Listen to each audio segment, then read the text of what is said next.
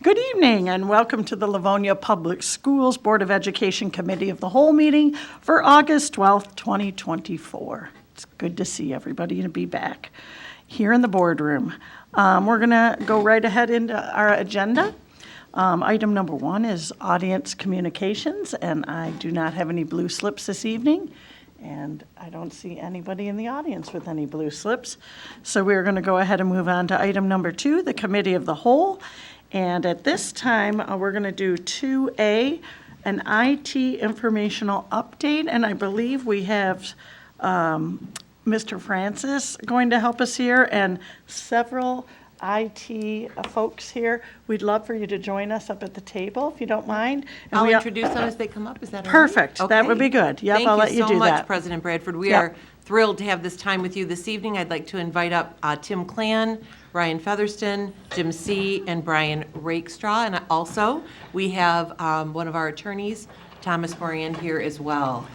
So I'm going to now turn it over to Mr. Francis, and we want to recognize the outstanding efforts of these individuals over the past several weeks, over and above their normal duties. We'll talk about that in a moment. We also have Mr. Moran here, as I shared with you, to give a little bit of background about the situation that we were in and how Livonia Public Schools was able to successfully manage that situation thanks to the folks sitting around this table. Mr. Francis? Absolutely. Thank you very much. And thank you for those of you joining us this evening. I know it's another evening that you're here when you probably right? thought you'd be home. So these guys that are sitting around the table with me that Mrs. Oquist has introduced are members of our IT department.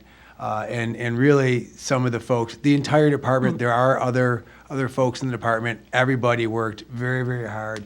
This is somewhat of the brain trust, if you will, of the IT department.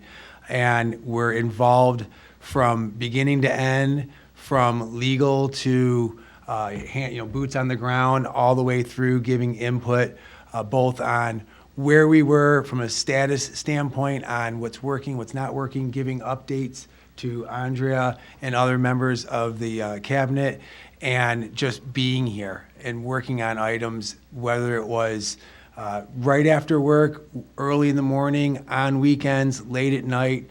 In fact, there was another small glitch that was or wasn't even related last Friday, and about midnight is when you texted me and said, I think we've got it taken care of. We should be good to go. So, this is the type of work that these guys do, and it's the attitude that they have with regard to we're gonna make it happen. We're gonna make it work. Mm-hmm. So I really want to thank them publicly on behalf of the district, on behalf of everybody involved, because it's not fun getting yelled at because things don't work. And that's, we all know we get frustrated when something's wrong with the IP address or the copier isn't going to work properly or whatever the case may be. It's not fun to find those little things when you have a really big thing and that it's not an easy fix. It can wear on you. It'd be just, even if no one is upset with you, you just know this is our domain, and our domain is supposed to work. It has to work. We don't want to hear anything. When we don't hear anything, everything's working. So that's how we want to keep it rolling. And again, a big thank you to all of you. Your input in the conversations of where we were at. Brian, you had some real important input on what you thought as far as when we were going to be back up and going. Ryan was explaining things to me that I pretended I understood. Everybody, again, and Jim and Tim were in there giving us updates from the get-go. So again, appreciate everybody. And Tom is here from Mullen Law. He was also very important in our conversations, and he has the background and helped us with our FAQs and our information going out to the public with our staff, et cetera. So again, everybody here was deeply committed, and I know that Andrea was very concerned from the beginning of when it occurred and wanted to stay up to date, and we were having conversations of what, where, when, how, et cetera. So again, one more thank you for everybody, and we wanted to have the opportunity for, these guys to be recognized, but also to give the Board of Education and our community some more background. I think that the email that we sent out had good information. The frequently asked questions were good. We want to thank Mr. Moran for helping with those. But we wanted, again, just have maybe a high-level overview of what occurred and give you the opportunity to ask questions if you have some. And if there's a technical question, then we've got all the right people. Yeah, we're all the right people. I'm going to do this whenever you guys ask one of those questions. So if you want to start, Yeah. we'll get it rolling. And then just tap that lightly and there you go. So as a general background, it might be helpful if I describe how a ransomware event typically happens and then compare it to what happened here. So generally, a threat actor, as we refer to them, gets into your network one of dozens of ways. There's always new tricks and different ways to get in. Once they're in, they normally spend anywhere from 24 hours to 10 to 12 days doing reconnaissance, trying to learn more about the network. And then once they figure out where important data is, they try to steal it, and then they try to encrypt your network. So when you reach out to them, they say, not only is your network encrypted, but I have your data, you need to pay us for both, and you're in a tough position. From there, it's typically 10 to 14 days recovery time before our clients have their systems back up and running. Weeks or days? Sorry, 10 to 14 days, sorry. Weeks. Did you say? No, did Oh, I? okay. Yeah, 10 to 14 days, yeah. In this situation, on July 16th, the Livonia team identified what looked like the beginning of a ransomware event. And I'm fortunate to be able to say that at a public forum, because normally the outcome was so good here. Normally we have to hide the ball a little bit, but this is such a good outcome. We have absolutely no problem sharing that with you. They stopped it early on. There was limited encryption.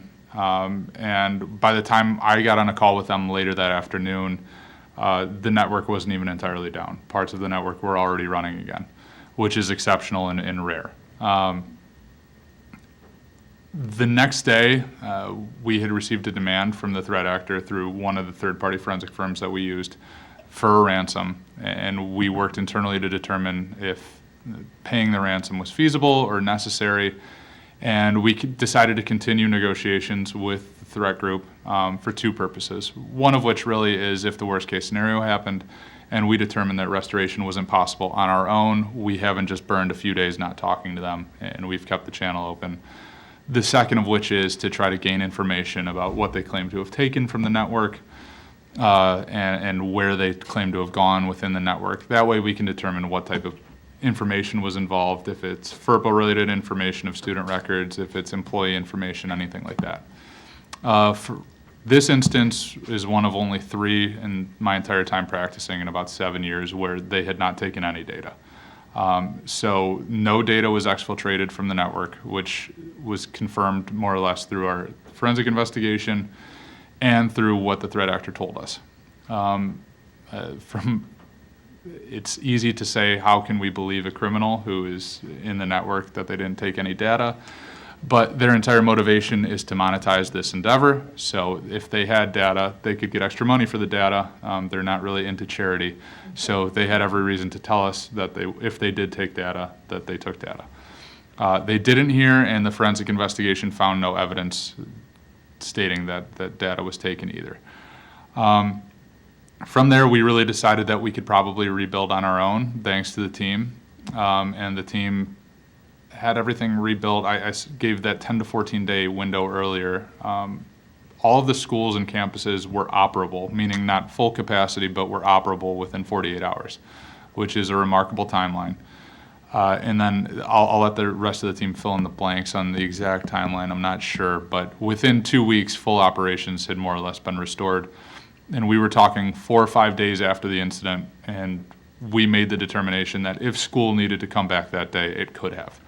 So we had regained such substantial operations by that point that we had pretty much recovered the entire network. And again, I say we, but it's the Livonia team. I had nothing to do with the recovery. We also were in coordination with the FBI during this incident. We filed an internet crimes complaint which is delegated then to the special agent in charge of this threat group. This threat group is called FOG, which does target higher ed and school boards. That seems to be what they focus on primarily. And we will continue to work with the FBI to support whatever investigation they have into FOG. The forensic investigation is substantially complete at this point, and we are confident in saying that there was no student records involved, there was no employee records involved, there was nothing that was legally notifiable that was involved in this incident. So all in all, it was a very positive outcome, and I have to emphasize how rare this positive of an outcome was. And that's thanks to the team, and also thanks to the fact that it happened in July. This was a great time for IT to be able to get in there and work and not have to worry about taking a chance on an interruption. So part of it was exemplary work by the Livonia team, and then part of it was happy accident on the calendar.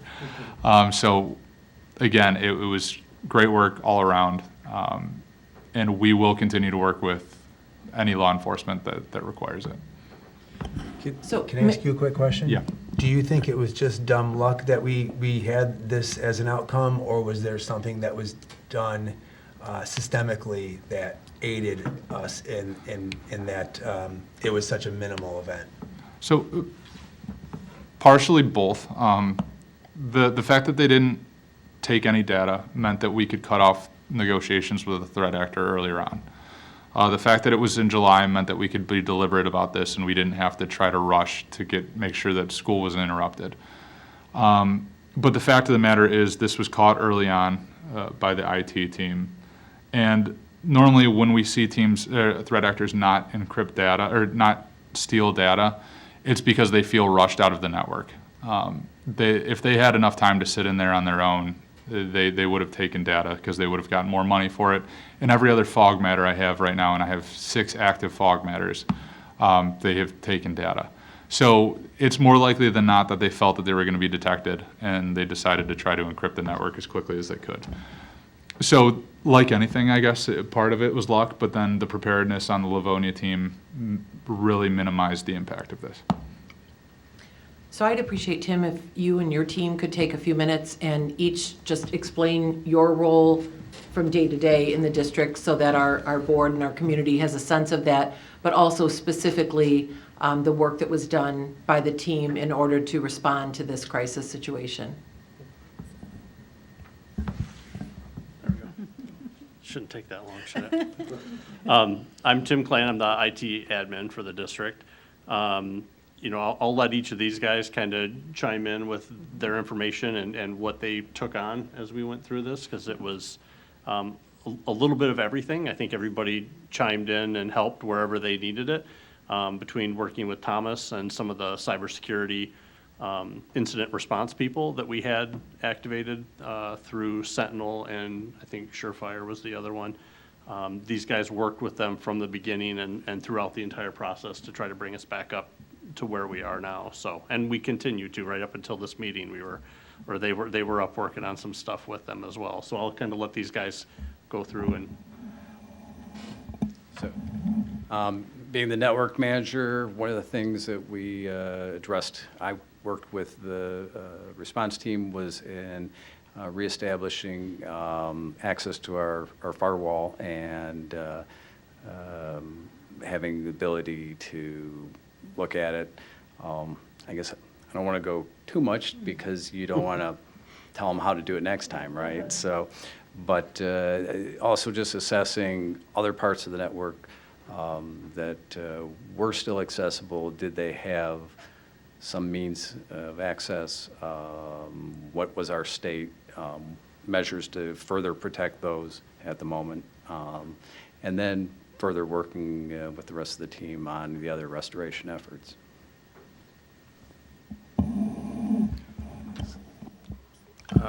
Brian Rakestraw, I'm network administrator. I typically work on servers that help provide the back-end use for lights and thermostats and locks. And so my role in this was basically getting the servers that help those things function back up and running, and restoring backups from various locations we had offline during the incident, and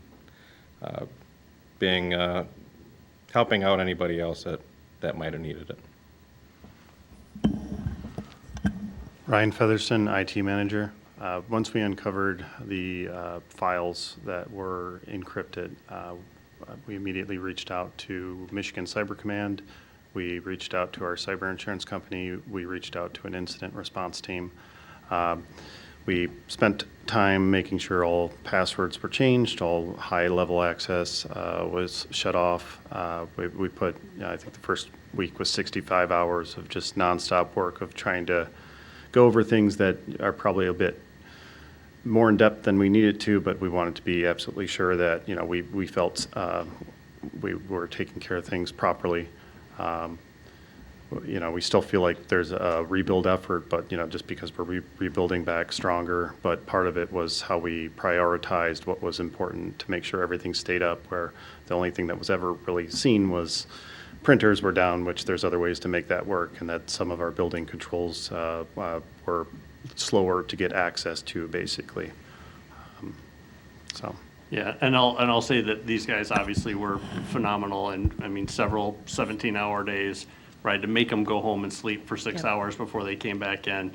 But I think the rest of the team was, just as supportive and helpful. As soon as we started having these issues, all our techs and everybody else was out in the building helping the staff that were still in get set up and find workarounds for the systems that weren't functioning to get them working again. So, it was due to their efforts that we were so successful in such a short period of time. They were all amazing, so.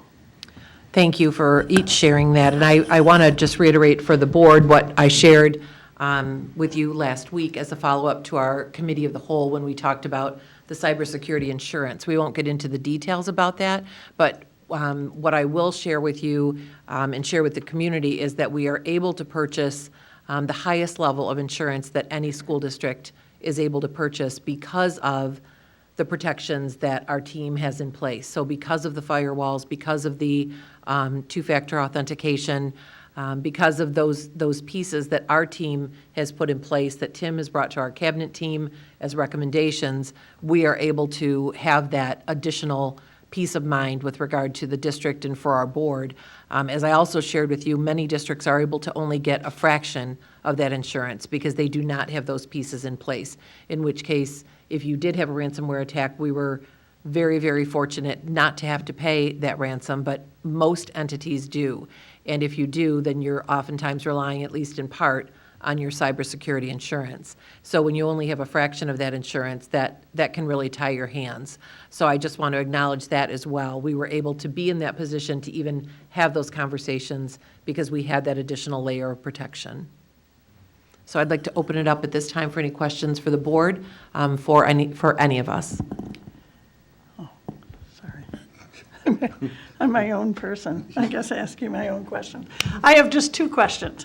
Well, first I want to say how amazing you are because I'm not very technical, so this is amazing that you were able to get all this taken care of and do it in a timely manner. So we appreciate you very much for all the time and effort that you put into that.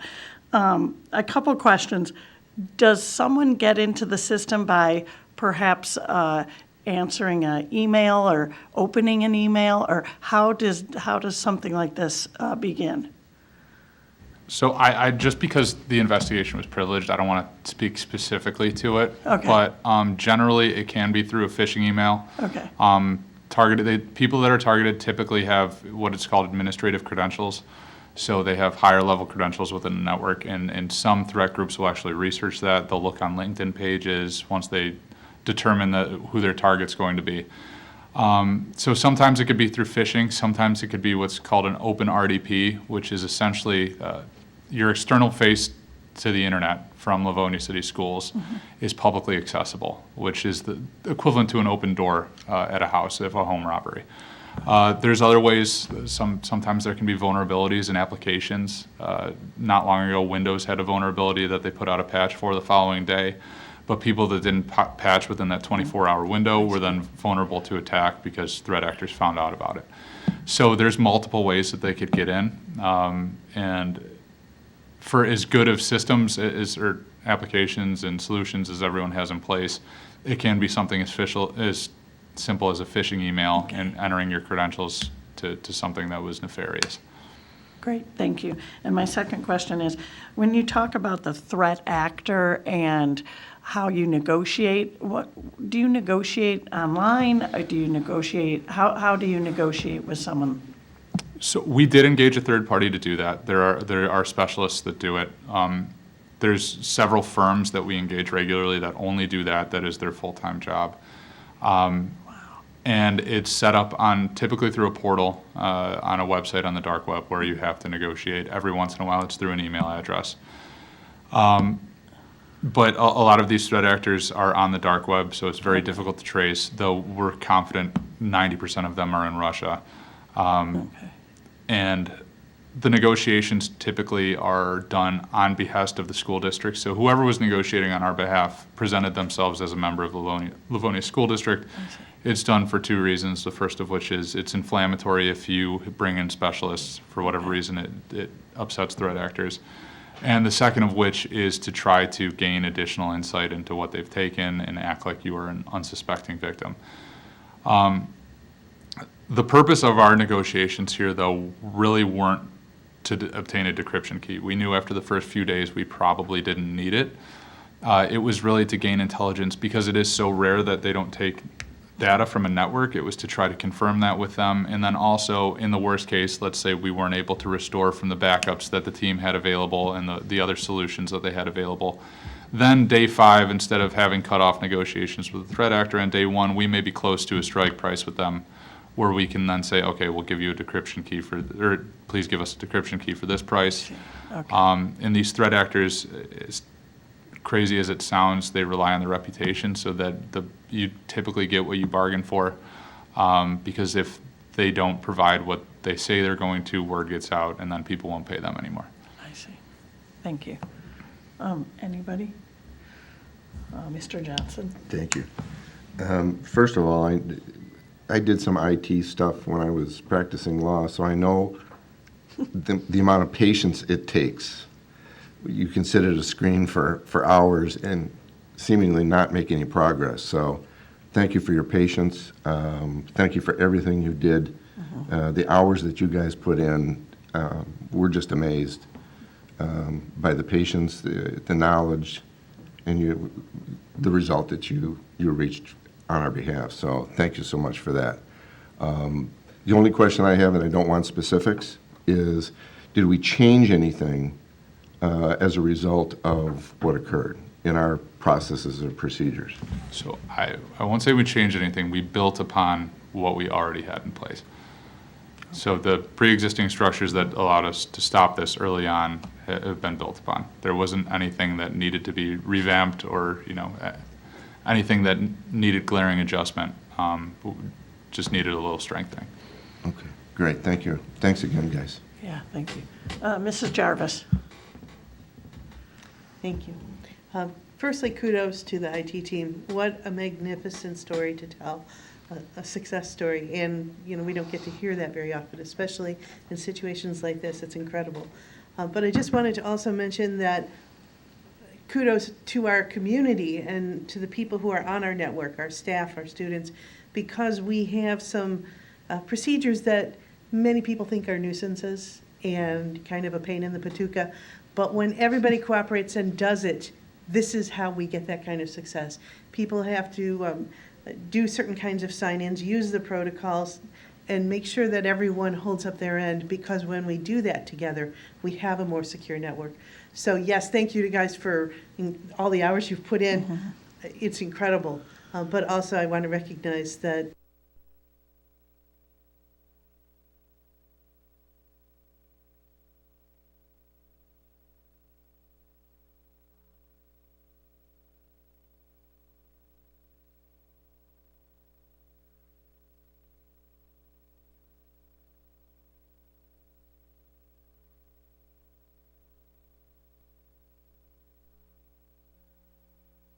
it happens over and over where we are very proud to be part of such a large, strong district.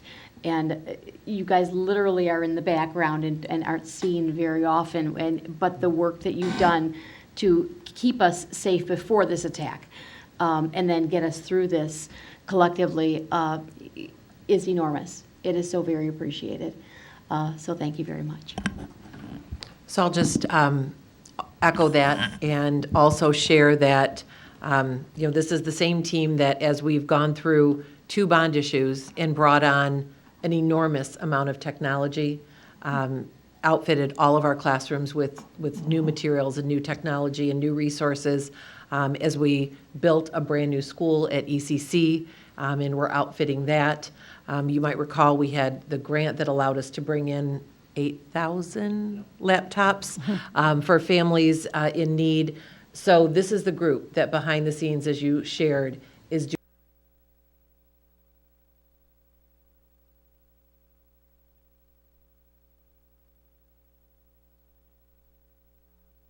bringing on all of that technology along with certainly our techs and the rest of our team.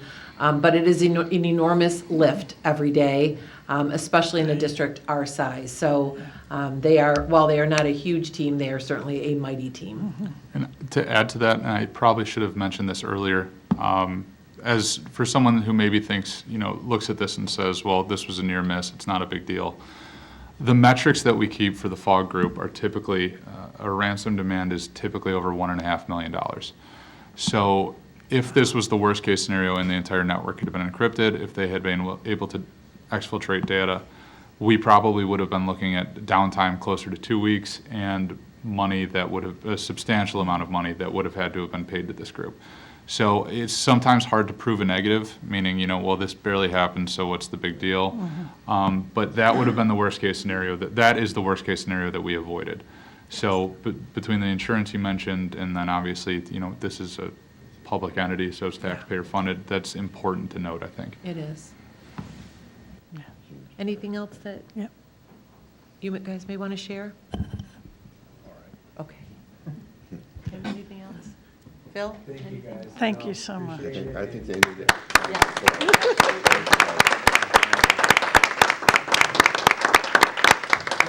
And I think, Tim, you alluded to this earlier. There's other people in the department.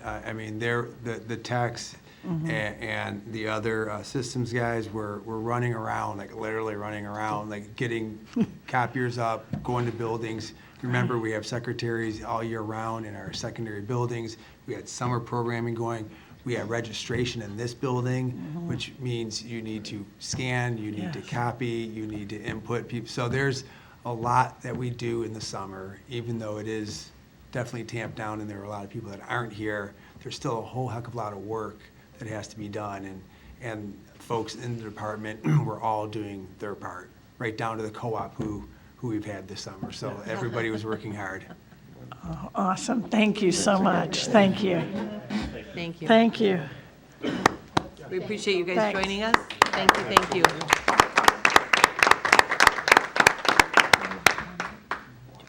All right.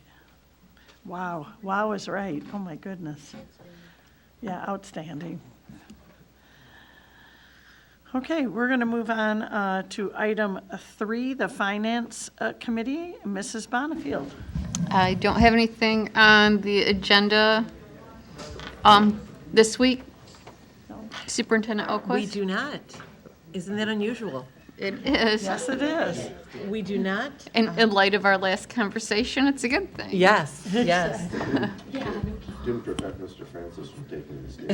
There you go. So we're set. complete with finance. Thank you. Thank you. Moving on to item 4, the Curriculum Committee. I'm going to turn it over to Mrs. Acosta. Thank you, President Bradford. Item, and I just blanked, 4A is purchases of digital licenses for middle school social studies, and we have Mr. E2 with us this evening. Thank you very much. Good evening, everybody. I'm here on behalf of our Chief Academic Officer, Mrs. O'Brien, and her Academic Services Department. And they are bringing forth the renewal or continuation of digital licenses from Cengage Learning. And this is in regards to our middle schools, grades 7 and 8, with world and U.S. history. These are licenses that are thought of very well with our staff and students, and looking to continue those for a 2-year run. They are one of our highest per student cost digital licenses, but again, they are very well utilized within the buildings, all 3 middle schools at this point in time, and they aligned with the book that we purchased back in 2017 as well. With that being said, one of our academic service coordinators who runs our K-12 ELA and social studies, Mrs. Rousseau, did work with Cengage to get a 5% savings as well as the reduction of the processing fee. But the total cost of that would be $121,443. Thank you. Any questions or comments? Mrs. Burton? We had a bit of conversation about this in the study session last week, and this really might be a question for Mrs. O'Brien, so if it is, we can defer We can always reach out to her. the next Absolutely. meeting. As we are going more and more digital, are we seeing price increases for our curriculum overall? And it may be difficult to even answer this question, because some of it's simply going to be inflation, some of it's going to be with utilizing more and more technology. Do we know the answer to that? Well, we've certainly seen an increase in the cost for the digital license. We used to almost get that as a side benefit from purchasing the hard copies of the textbooks. And what we are seeing is an increase in costs across the board for both hard copy materials as well as the online access. What I will say is we have found that what we are coming up against is we would normally have a textbook for maybe 8 to 10 years, sometimes even out to 12 years. Now with the online license, to which we've become very reliant, now we're up to, it's initially usually 6 years, sometimes 7, and then we're renewing usually in 2-year increments. And so what we're finding is we really need to take a look at that textbook cycle that we share with you each year during budget time, when we put aside dollars and we say this is what we anticipate going to the next year, this is what we anticipate looking at, elementary reading, or we are taking a look at the high school sciences. Now we really need to accelerate that timeline a bit, because we're extending into 2 years, but we're really looking at something that we would not have brought forward in this time frame if we were only looking at hard copy materials. So in that way, that's where I see the cost rising, in addition to the per book cost is increasing, but that is with most of our purchases and most of our materials, as you said, inflationary costs. But what we're seeing is we're having to plan for this in a different way, because these online licenses are up, and we have to renew, and that again is sooner than we would if we were purchasing an entirely new textbook.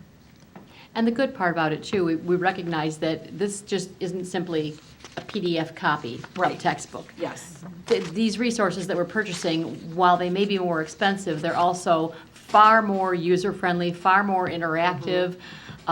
They're regularly updated. Absolutely. Yes. I mean, and it's not just a text that we're reading, but it's links to going to things that are sometimes live and sometimes video clips of and so forth. So we are getting more for the money. We are. But we do need to make budgetary plans then, because it does seem like they're coming more frequently. Yes. And it's because they are, so. Yes. All right. That's a great way to put it, and it is very engaging. It does help it come to life when you have these online resources for our students and staff. Thank you. Any other questions or comments? Okay, we'll move this on to a voting meeting. Thank you. Thank you, Mr. Etu. We'll move on to item 4B, purchase of decodable readers. And we have Mr. Green.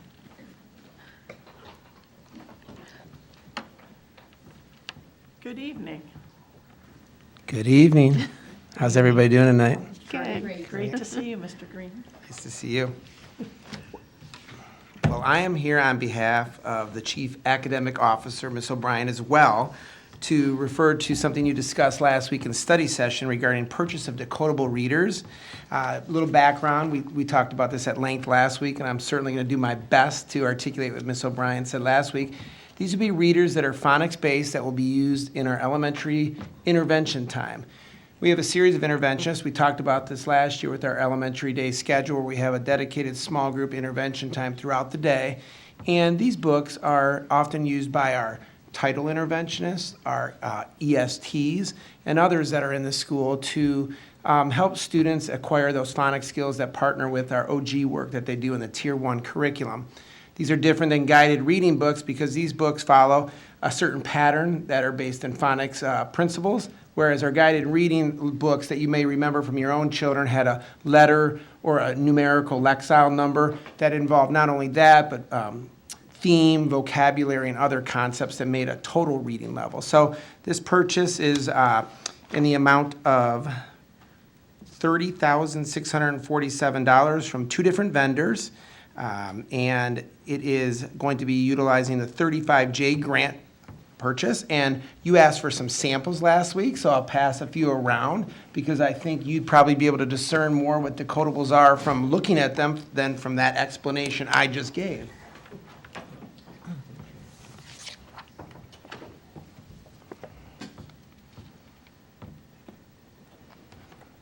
One little bit of data that Ms. O'Brien provided for me as a talking point that I found fascinating because I like data. To be considered decodable, a text must contain at least 64% of words with regular phonetic features. So I thought that was an interesting data piece to actually be able to qualify to be considered a decodable reader. Thank you. Mrs. I just blanked again, sorry. Bradford. Mrs. Bradford. No problem. I noticed on these, like a couple of these phonics books, the quantity was just, they're 20 of each. So you said this is only used in intervention, so does this touch every building or only certain buildings? These are going to be below grade level at our K4 and our 5-6 schools. according to Okay. Ms. They will go Are to they all- rotating all or classes. all classes will Yes. get them? Okay, perfect, thank you. You're thinking that the small group instruction, so that you Yes. wouldn't need a full class set. Yes. But they will be available in all of our schools. Correct. Oh, I Yes. see, there's 20 sets. Okay, got it, thank you. Mrs. Frank? I just, as we're looking at this, and as Mrs. O'Brien, as well as you explained it, I love the science that we're utilizing to teach our kids, like the way that we research and the way that, as she was explaining, some of the changes that have taken place. And I just think I'm so grateful that we're looking at things and we're investing in things that are helping our earliest learners and the learners that are struggling the most to learn, as opposed to using what we've used for 25 years. Or Yes. using just because we've always used it. And the difference that these words have in the way that kind of some of us were taught originally, and that how it's going to challenge them and teach them. So I'm appreciative of your staff on the elementary level of really investing in these. So thank you. Ms. O'Brien's vision the last 7 years since she's been in this role has really built up to this moment. Yep. And so there'll be about 400 books. Gotcha, yeah, Yes. so the set, it's just Yes. when you look at it, I see it's Yes, one you see one set and each is 20 of 20 them, and- so yeah, there's and plenty of One them. vendor is about 305 books, and then the others have the 3 sets of 20, Perfect, yeah. that makes sense to me. Thank you. Absolutely. Any other questions, comments? They're pretty engaging, we can't let them go, so. You can keep them up here for the rest of the meeting. Sure, we're going to read them. All right. Thank you. Thank you, Mr. Green. So we move on to item 4C, pupil accounting student instructional days. Mrs. Keats. Good evening, everyone. Good evening. So I am here before you this evening to talk about pupil accounting and instructional days, specifically the 15-day forgiveness that is allowable by the state of Michigan.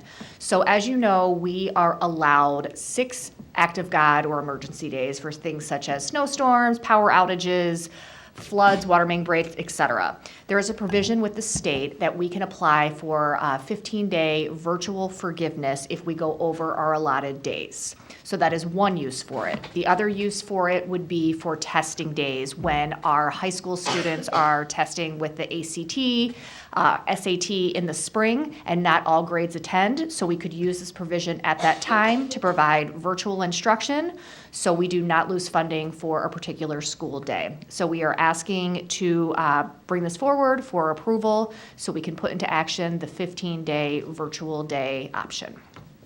Thank you. Questions? Mr. Johnson.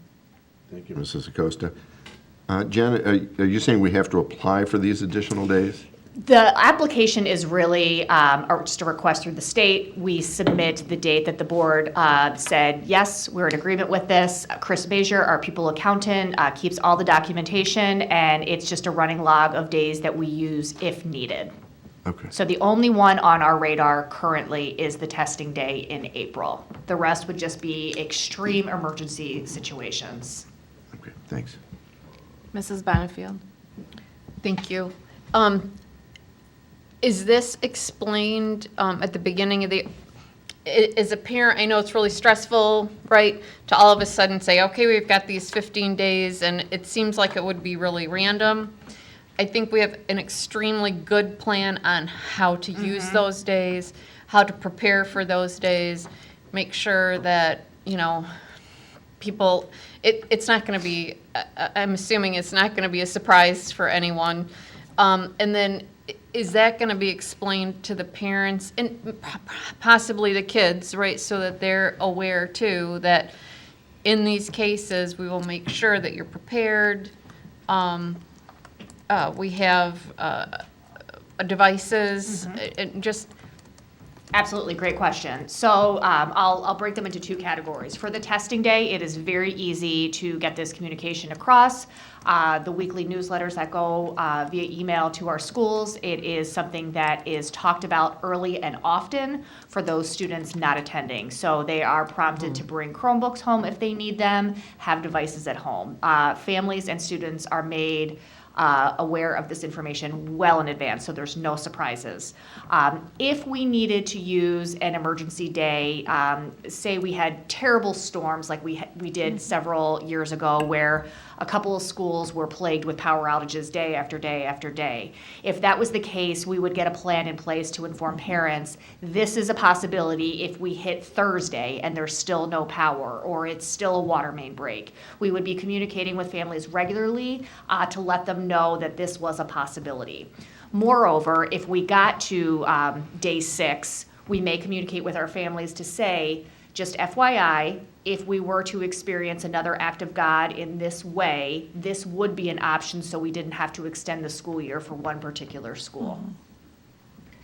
Thank you. You're welcome. And just to follow up on that, this year, students did do the virtual day for Correct. testing, correct? So Correct, this isn't yes. a new procedure. It is not. It is not. And the testing for certain grades has been done for as long as I've known high schoolers to test. So this is just a way to ensure that our kids don't miss out on some instruction, some learning time, and just some communication with teachers during the school day. Thank you. Mrs. Jarvis? Thank you. So is this program something that could be implemented at any level, classroom, school level, or district level, as needed? No, it would be either school or district. School or district? Yes. And if there's something that came up suddenly, how would we notify the parents? It's fine to say, you know, to plan ahead and be prepared if we reach Thursday, for example, we'll do this. But can it accommodate a sudden plan? All of a sudden, at night, there's a power outage the next morning? Yeah, so if there was an extreme example such as that, if there was a power outage, we would have to think, is it feasible to distribute Chromebooks to our families? If some of the neighborhood didn't have power, maybe that wouldn't be the best way. But yes, we could accommodate a last-minute emergency for such cases. Like I said, parents would be made aware. I'm using Buchanan as an example because they seem to have the most power outages in that particular neighborhood. So if Buchanan Elementary was already at their allotted 6 emergency days for the school year, we would put notice out, dear families, at this point in the year, you know, your student may be coming home with a device in case there is another emergency day. We want to ensure that we don't prolong the school year, so we're just being proactive. We hope not to use it, but this is Plan B just in case. Nice. Mrs. Bonnefield? Thank you. Another item that might be asked is, in the past, if we've had a really bad winter, we've been able to say to the state, well, you know, everybody had to take 8 days off, almost everybody in the state. So therefore, there were some waivers that we can get. why wouldn't we just ask for a waiver if we went over our days rather Another- than having a digital day? Another great question. So last year, it was made clear to us that they would not be accepting waiver applications. So we went through the school year with the mindset that waivers are not an option. We are doing what we can to keep students in, so we get the FTEs for that day, and we receive all the proper funding. Midway through the spring, MDA reversed that decision, so they did accept the waiver.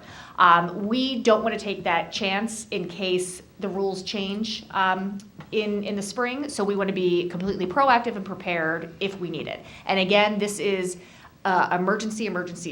This would not be snow day one. I want to make that point very clear. It would be above and beyond that. It is truly out of our control, and we don't have another option at that time.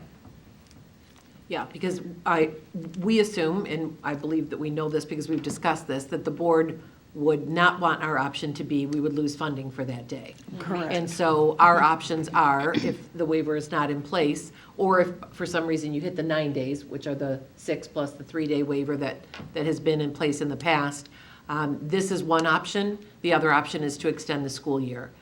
On those days, you must also reach the 75% threshold. And that's difficult once school is technically, if folks planned on a certain end date for school. And so while we don't anticipate needing to use this beyond the testing, we do want to have it in place, and we do believe that both families and staff would be supportive, because it would either be this option or we would be extending the school year. We would not simply accept the fine that would be handed down from MDE, which they have done in other cases with school districts. Mrs. Byrne? And similar to, this would not be utilized on the first snow day. This would not also be utilized on the first power outage for a given Correct. building. This Correct. was, we were going to have to go through several before we Yes. got to the point of Yes. beginning to notify families that heads up, this might happen. Correct, yes. Okay. We want to make that very clear that this is not taking place of traditional acts of God days as we know them. This is a contingency plan that we have should we need it. Okay, thank you. And thank you, and that's what I wanted to clarify, that we still will have snow days that we look forward to and our students look forward to. It's 85 and sunny right now. It seems like a long ways away. Yes. So, this does not take the place of those days. It does So, not, no. Thank you. Just as a reminder, we had this in place last year. So this is a renewal of that, and it is certainly something that we are committed to doing so that we wouldn't potentially lose hundreds of thousands of dollars. Thank you. Thank you, Mrs. Keats. Thank you. And this will go on to the voting meeting. Yes. And that concludes the curriculum committee report. Thank you, Mrs. Acosta. We're going to move on to item 5, Building and Site Committee, and I'll turn it over to Mrs. Burton. Thank you. We have one item on our agenda this evening, and that is item 5A, bus purchase, and I'll turn it over to Mr. Francis. Good evening again, everybody. Good evening. At the study session last week, we discussed the plan for replacing some of our school buses. And specifically, one of the items I had brought up, and Mrs. Smith and Mr. Robert, who's our garage supervisor, I had been working from the fiscal end on this, is that we have a state grant to go towards these dollars. And this was in the memo with some of the specifics and the dollar amounts. We also talked about using the bond because we have a line item in that budget for new buses. So for this particular purchase of these 3, as I laid out in the memo, a portion of it would come from the state grant on clean energy buses. $170,000, $768 is what was awarded from the state, and the remainder, $281,309, would come from the bond from that planned line item. I had mentioned at the study session that we wanted to bundle some more buses into one package. At the time, we did not have all the quotes we needed. We still did not have them, so we just wanted to move along in the August meetings here with these 3 because we have everything for that. And then we'll come back when we have all of the quotes, I'm presuming next month for the other purchases. So I just want to separate those 2 out from the conversation we had. So what you have in your packet is two 77-passenger buses, propane, and those are just the typical traditional buses. And then we have one 71-passenger special needs bus. This is a wheelchair bus. Both of these would be powered by, or all three of these would be powered by propane. A quick note, if anyone's looking through the quotes, those quotes all came from MSBO. This is what we've been using traditionally to purchase. This does satisfy our requirements to bid because it's been bid through MSBO on the bus pricing. You can see that the bus that we're looking for is a little bit more expensive than one of the other companies, but only Bluebird is the one that has the propane buses. So that makes really all the difference. They're the only one that has what we were looking for with regard to these types of buses. We've had great success with the propane buses that we've purchased previously. Real quick, for if anyone's tuned in and hasn't seen us talk about these in the past, we've given it quite a bit of fanfare in the past, but it's essentially a gasoline bus that gets converted through Roush, and it becomes a propane bus. So it burns clean, excellent in cold. You guys were talking about snow days a couple minutes ago. The cold weather, they start up really well, as does traditional gasoline. Diesels have more difficulty in that sense. So we really have, we're not looking to make all of our fleet one type of bus or another type of bus. We still have that philosophy of splitting up the types of fuel sources, the types of bus that we have. But seeing as how the energy efficiency grant from the state of Michigan has to do specifically with that, propane fueled buses falls under that, we'd like to go ahead and purchase these three with the board's approval on that. So with regard to these three specifically, the two 77-passenger and the one 71-passenger, I would like to be able to put this on the voting meeting next week. So we can, these are usually like a year out. I mean, at one time before COVID, you'd order a bus, you get a bus. Now you order a bus and it's somewhere in that year long, if not more, to get them. So we want to just get that clock ticking as soon as possible. Questions on this item? Mr. Francis, you alluded to it, but we discussed it at length at the study session. The reason that we keep some diesel, some gas, and some propane buses is in part to alleviate us getting caught in spikes of fuel prices one way or the other. Do you want to, can you fill in the public on that part of the conversation? Yeah, all three are legitimate buses for a fleet. Diesel is the long-running traditional item that, you know, folks are probably used to, that probably many of us got on when we were kids, and students still go to school and back on diesel buses. Nothing wrong with them. There certainly are differences in the cost of maintenance. I'm not a mechanic, but there's all of the conversations I've had that the maintenance is a little higher on those because of the way it has to, quote unquote, clean the diesel in the new models. Gasoline, also, I think probably most of us pull up to a gas station and fill our cars or our trucks up with gasoline. Very good product with regard to easier on the maintenance versus a diesel. Good cold starts when it's on those very, very cold mornings. And then we have propane, which was something that was around in the 80s. It fell out of favor. It had its own problems, and these models really have been successful. It's a pretty big resurgence. And all three of those fuel types have their own pricing. Over the years, not that things can't change and markets change, but over the years, diesel and gasoline, as we all have seen at our own, like I said, gas pumps, can have a tendency to ebb and flow, sometimes much dramatic, with much drama. Propane, in the long run, has been more stable, more steady price for propane. So they all have a pro, they all can have a con. It's not easy to just pull off the road and refill a bus with propane, right? That's why we have our own propane filling here. It has X number of miles on a tank, and we generally don't drive to places like Chicago and in Minneapolis and Nebraska, et cetera. So we're usually just around here or going to sporting events and camps and things like that. So for us, it's perfectly fine, and we have our own propane filling station here. We also have our own gasoline and diesel on campus as well. So overall, the department has a philosophy of having a mix of the three fuel types, the three bus types, for some of the reasons that we just discussed. And every once in a Some of the while. cost fluctuation. Yeah, yep. And some of, sometimes one tool is better for something when we go to use it. Okay. The other thing that we discussed at the study session was the fact that we have our buses now on a rotating replacement schedule. We had this prior to 2008. When 2008 and that enormous recession hit, we really had to stop that for a handful of years because we were making certain that we had every penny available to go into our classroom, and it literally seized up entirely. So it took us a bit of time to get back on that rotating schedule of bus purchases.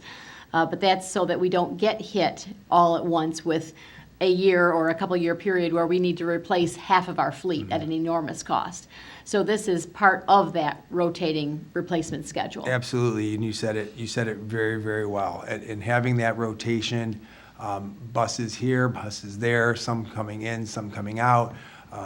Maybe they are, like the ones that we're replacing here are in the 2017 range. These are the longer buses. We do have a small handful, a little bit older than that. Those are the minis. Some are like 15, 16, but that's not as many years as we used to keep them when we were sort of forced to keep them, and then having to do a large purchase to replace all those at once. Having the rotation, you can then go to auction with the machines that you have, bring some value back to the district from them. Again, if you want to talk about different ways of kind of working on things, there are districts that lease and there are districts that buy. We're a district that buys. So that we have control of when we want to change them out, bring back some value, purchase a new one. When you have something like this from the state of Michigan that was going to send us $170,000 plus to purchase energy efficient buses, then we can jump on that and not say we still have time left on our lease. Excellent. Will you just run through the, one of the things the board had asked us to talk about were the bus model years and how many we have in that? Would you just run through that for them? Did you send that to me? Yeah. It's on Teams. Did you send it already? Okay. Yeah. Of course, I have to open up my Teams real quick, so I No, apologize. that's okay. Do you want mine? No, I think if it's in the chat, I'll be able to get on it. I'm assuming it's in the chat. Yep. Yep. And I also have to be able to see. Here we go. So, that just shrunk on me. So we have, on this count, it totals out 32 special ed, 59 regular, and 2 spare buses. And we have a count of 5 from the current model year, 6 of 2022.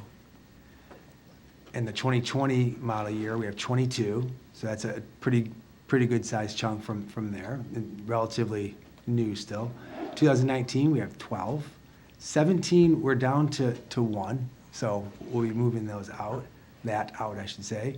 We have 9 from 2018. Oh, this is a different version. So the 2017 then has another count of 27. If you recall, when we did from the last bond, we were making many purchases there was a 2013 bond. We really didn't start purchasing many buses right out of the gate. More were purchased in like 16 and 17 and 18 and whatnot. And then we have small numbers, anything before that. So we have 2 from 2016 model year, 7 from 2015 model year, and 5 from 2014 model year. And it's my understanding, and I don't have that on this sheet, but those would be more the minis that we have that don't take up quite as many of the miles. They're not necessarily going as often out to different ball games, et cetera. So I know the previous supervisor in the garage and the current supervisor in the garage have a philosophy of, again, keeping things spread out, not putting all the eggs in one basket. That goes with the 3 types of fuel sources, but it also goes with those model years. Just try to keep spreading them out as much as possible. And ever since COVID, it's been more difficult to actually get the buses. As I mentioned, it's a much longer lead time. You really just have to order and wait. So you have to be ahead of the game when it comes to rotating that fleet. Yeah, you see those chunks, right? That we know we only have 6 from 2022 and 5 from 2024. This year, from 2025, we'll probably only have the 3 that we're purchasing unless the other ones can get in that same time frame. So it will be interesting to see as we go through and as we close out the bond, we may want to take a look at that and have a larger purchase toward the end of that chunk. Because we will have that 2017 year that has the 25 buses that at that point would need to be looking at replacement. And I look at these numbers and I think of the two things that jump out at me. 2017 was when we were able to buy more of them because we jumped in with the buildings, we were doing different things. We did some technology early on in the bond. So as that sort of came through, we got more buses towards the end of that bond run. And so we have 24 still from 2017. And then I see 2020 has 22. And then there's a void. And to me, that's COVID. That's us buying buses and then saying all that's left right now when we needed them, even in COVID, we're maybe at 20s. And then you couldn't get them. And I think you might recall, was it just last year, or maybe the year before, we were talking about having to get a bus from Canada, having all of this, like it was so hard to find buses.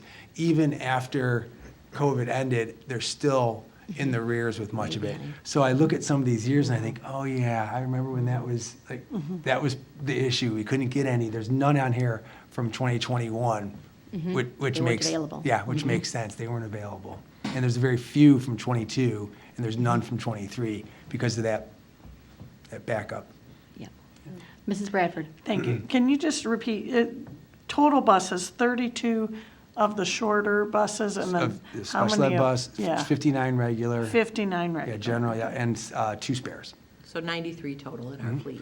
And that's Okay, been thank reduced by 92. about 10 to 12 over the last few years, just right sizing the fleet. Yeah, we used to have Always about 105. 100, yeah, 110. even a little 110. Yeah. We had talked quite a bit about like what's the right size of the fleet, how many runs do we need, with students, how many extras do you need? You never want to get caught without having something, either it's a last minute field trip or simply a bus breaks down. So you always want to have spares. But over the years, which isn't surprising, there's fewer students on our buses, and so Fewer drivers, so fewer we've drivers. consolidated Yes, routes. and that's always a difficult Yeah, that's item to a have enough drivers. So, things start to shrink down, and it's only sensible to start to get your fleet knocked down a little bit. But you never want to have a one for one. You want to have spares. You're going to have extras just regardless because you're working on 2 or 3 of them at a time just for regular maintenance, et cetera. Okay. Okay, great. Mrs. Frank? Since you mentioned drivers, and we're 2 weeks away from the start of school, how do we look for this school year with the drivers starting the actually school? was at just earlier today, Mrs. Simonik, the supervisor in transportation, was in my office. We were talking through some things, and she said, I don't know what happened, but I just found a few drivers. She was very excited. Right? Yeah. Just hired 3, So- Mrs. Keats, is that correct? Yeah, it was 3 or 4. Maybe it was already 3, and she's working on a 4th. But she then finished that with, and yes, I still need more, right? Yes. But it's always nice to be able to say we've picked up some new folks. But yes, if anybody's out there and you can hear me, apply livoniapublicschools.org. Please go to HR section, and the postings are there. We are hiring folks. We are interviewing and hiring for those who are qualified. We train. We pay to train, and we will get you out on the road. Excellent. Any other questions? Mr. Johnson? Thank you, Mrs. Burton. This is more of a comment. I just note that a good chunk of this is through a grant. Once again, a grant. To all those people that work so hard to make those applications and get those grants, thank you so much. It really shows on the bottom line. Yeah, it absolutely does. Yep. Any other questions on this item? Yeah, and that's the cost of one of those buses if you look at Right, it. exactly. All righty, if we can get this put on the agenda for the voting meeting next week. Thank you. Thank you very much, Have it. Mr. Francis. And that concludes Building and Site. Thank you, Mrs. Burton. We're going to move on to item 6, the Policy Committee, and I'm going to turn it over to Mrs. Frank. Thank you so much, President Bradford. We're going to go to policy IDD, instructional programs, parent involvement policy. Mr. Green. Good evening again.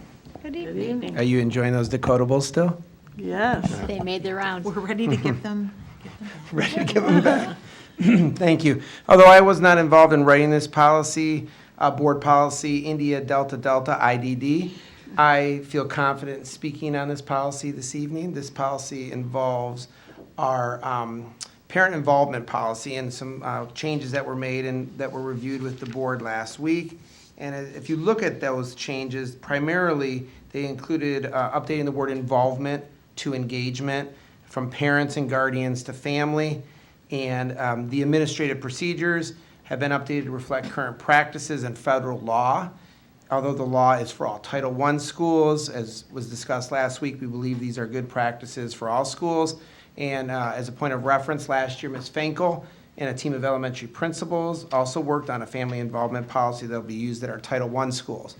Separate of that, I had the opportunity to be a principal for 15 years, and in all of those 15 years, I was at a Title I school, and I will say, the parent involvement policy and the wording that goes with this was so instrumental in engaging our families and our community, commitments that we made to one another, and it's just best practice. So as we if you look at that policy, if you have any questions, I'll do my best to answer those, but I know Ms. O'Brien went into detail with you last week on this.